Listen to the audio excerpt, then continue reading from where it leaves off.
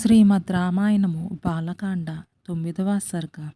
ఇదంతా జాగ్రత్తగా గమనిస్తున్న సుమంతుడు ఏకాంతంగా దశరథునితో ఇలా అన్నాడు. మహారాజా, ఋత్విక్కులు చెప్పిన మాటలు నేను విన్నాను. తమరికి సంతానం కలిగే విషయం గురించి పూర్వము సనత్కుమారుడు ఇతర ఋషులతో చెప్పగా నేను విన్నాను. అదేమిటంటే, కశ్యపునకు విభాండకుడు అనే కుమారుడు ఉన్నాడు. విభాండకుని కుమారుడు ఋష్యశృంగుడు. ఋష్యశృంగుడికి తన తండ్రి తాను ఉన్న అరణ్యము తప్ప వేరు ప్రపంచము తెలియదు. అతను లోక ప్రసిద్ధములైన 2 రకముల బ్రహ్మచర్యములను అవలంబించినవాడు. ఆ సమయంలో అంగదేశమును రోమపాదుడు అనే రాజు పరిపాలిస్తున్నాడు. అతడు అమితమైన బల పరాక్రమములు కలవాడు. అతడు ఎప్పుడూ ధర్మము తప్పి నడుస్తూ ఉంటాడు. ఆ రాజు అధర్మవర్తన ఫలితంగా ఆయన దేశంలో తీవ్రమైన కరువు వచ్చింది. రోమపాదుడు తన రాజ్యంలో వచ్చిన కరువుకు ఎంతో దుఃఖించాడు. వెంటనే తన రాజ్యంలో ఉన్న వృద్ధులైన బ్రాహ్మణులను పిలిపించాడు. ఓ బ్రాహ్మణులారా, మీకు అన్ని ధర్మములు తెలుసు. ఈ అనావృష్టి పోవడానికి, నా అధర్మ ప్రవర్తన వలన కలిగిన పాపము తొలగిపోవడానికి మంచి ఉపాయము చెప్పండి అని అడిగాడు. దానికి ఆ బ్రాహ్మణులు ఇలా పలికారు. ఓ మహారాజా, నీ పాపము పోవడానికి ఈ కరువు నివారణకు ఒకటే ఉపాయము కలదు.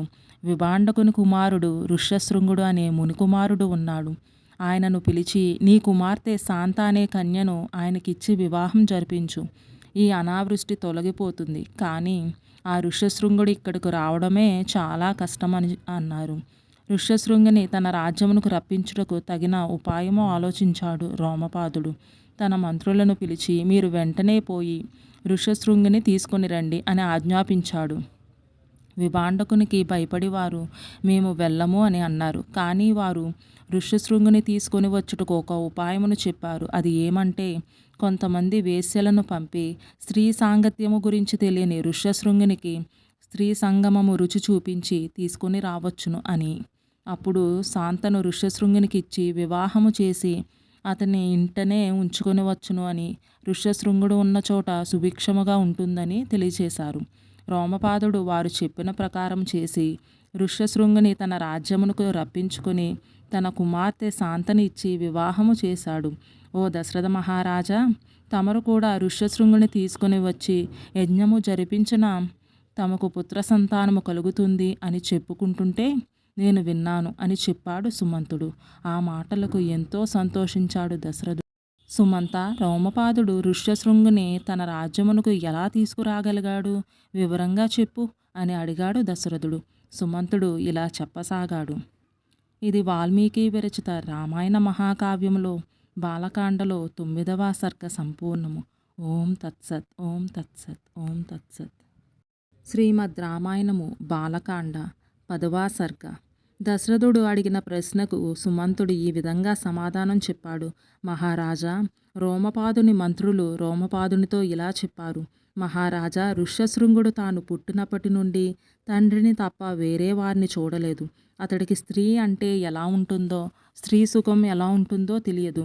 అందుకని మనము కొంతమంది వేశ్యలను అక్కడికి పంపి వారి హావభావ విలాసములతో ఋష్యశృంగుని ఆకర్షించి మన నగరముకు రప్పించుదము అని అన్నారు. దానికి రోమపాదుడు అంగీకరించాడు.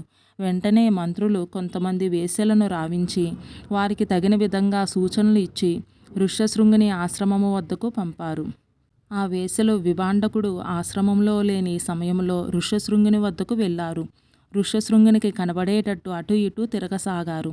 ఋష్యశృంగునికి వారు వింతగా కనబడ్డారు. ఎందుకంటే అతడు అప్పటిదాకా ఆడవాళ్లను చూడలేదు.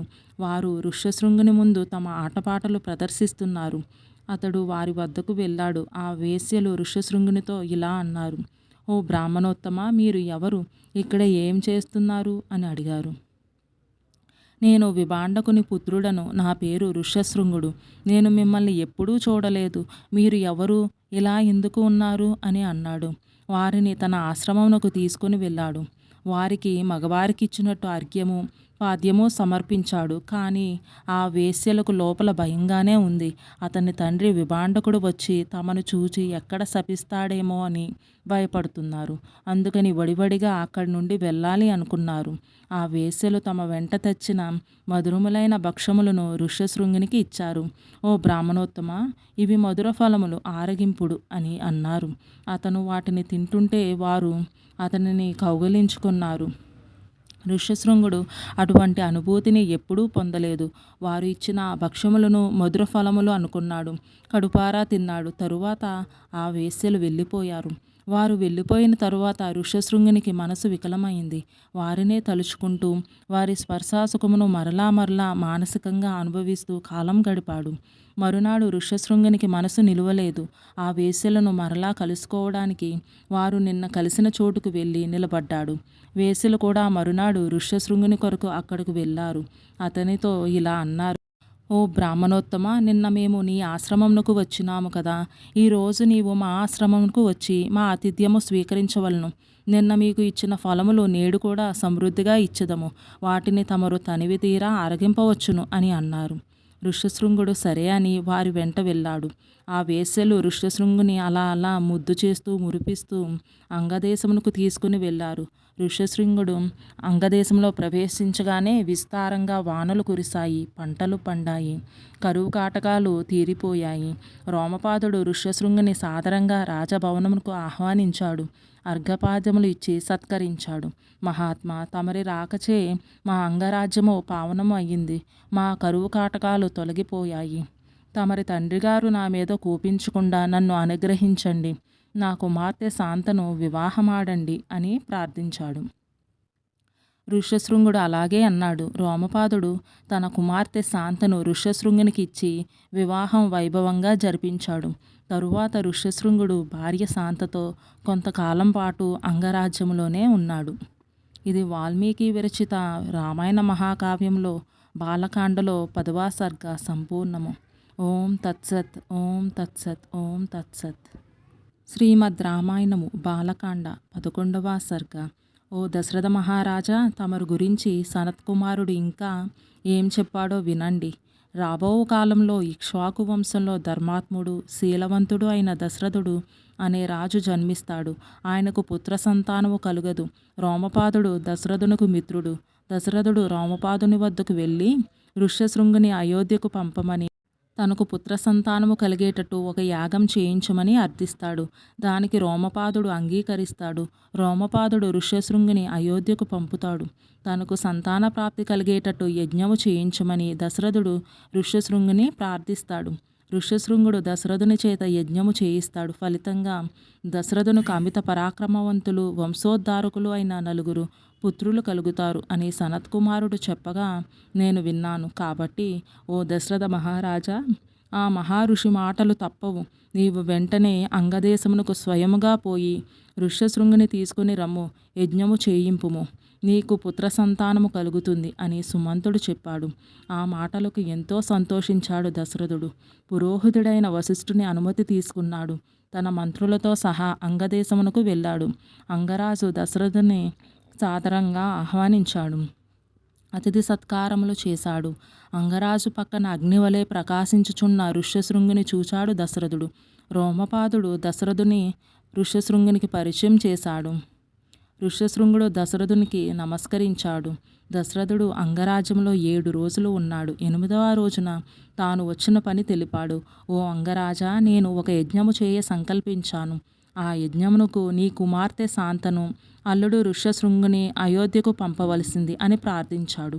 దానికి అంగరాజు అంగీకరించాడు. ఋష్యశృంగుడు సతీ సమేతంగా అయోధ్యకు ప్రయాణమయ్యాడు. తమ రాకను దశరథుడు ముందుగానే అయోధ్యావాసులకు తెలియచేశాడు.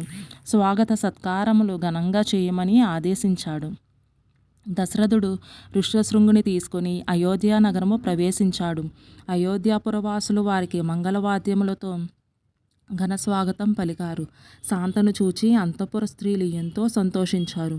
ఆమెను సాదరంగా ఆహ్వానించారు. శాంత ఋష్యశృంగులు అయోధ్యలో కొంతకాలము ఉన్నారు. ఇది వాల్మీకి విరచిత రామాయణ మహాకావ్యంలో బాలకాండలో 11వ సర్గ సంపూర్ణము. ఓం తత్సత్. ఓం తత్సత్. ఓం తత్సత్. ఇలాంటి మరెన్నో వీడియోస్ కోసం లైక్ చేయండి, సబ్స్క్రైబ్ చేయండి, బెల్ ఐకాన్ ప్రెస్ చేసి ఆల్ నోటిఫికేషన్స్ సెలెక్ట్ చేస్తే నేను పెట్టే వీడియోస్ వెంటనే మీ ఫోన్లోకి వస్తాయి.